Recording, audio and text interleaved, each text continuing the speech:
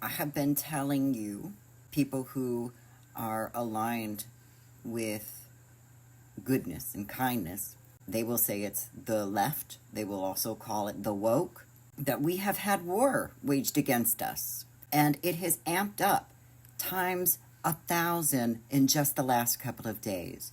Not only has Donald Trump gone and blamed Democrats and leftists, liberals and progressives for Charlie Kirk's horrific murder, but then J.D. Vance hosted Charlie Kirk's podcast and doubled down. People on the left are much likelier to defend and celebrate political violence. This is not a both sides problem. If both sides have a problem, one side has a much bigger and malignant problem, and that is the truth we must be told.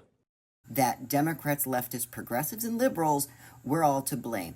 Now, those people that they're blaming are anybody who basically isn't MAGA. Well, the problem is on the left.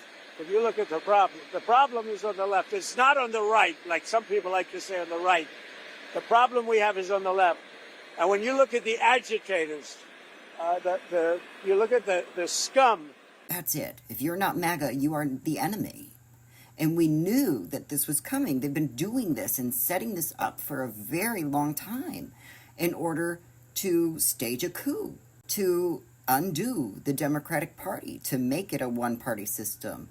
That's the whole point of redistricting all the maps, to erase anybody who deviates from MAGA ideology. But this is not the time to stick your head in the sand, turn a blind eye, and pray that MAGA doesn't get their wish. This is the time to stand up and fight back, because these people who have convinced themselves that you are a monster and that they have had to rescue their country from you are so delusional and they are so far gone that you have to protect yourself now.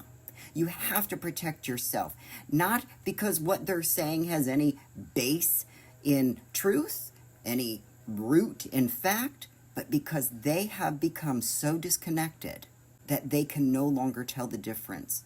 And that puts you in danger. Donald Trump, J.D. Vance, the MAGA acolytes serving in our Congress and in our Senate, as our governors, as our leadership, are putting you in danger every single time they take the stage, every time they reach for a pulpit, because they are trying to convince people to do to you what somebody did to Charlie Kirk, and you will never convince me otherwise. Why do you think that they took away security detail from Kamala Harris, especially in this climate? That's somebody who wants a very specific result. Have a good day.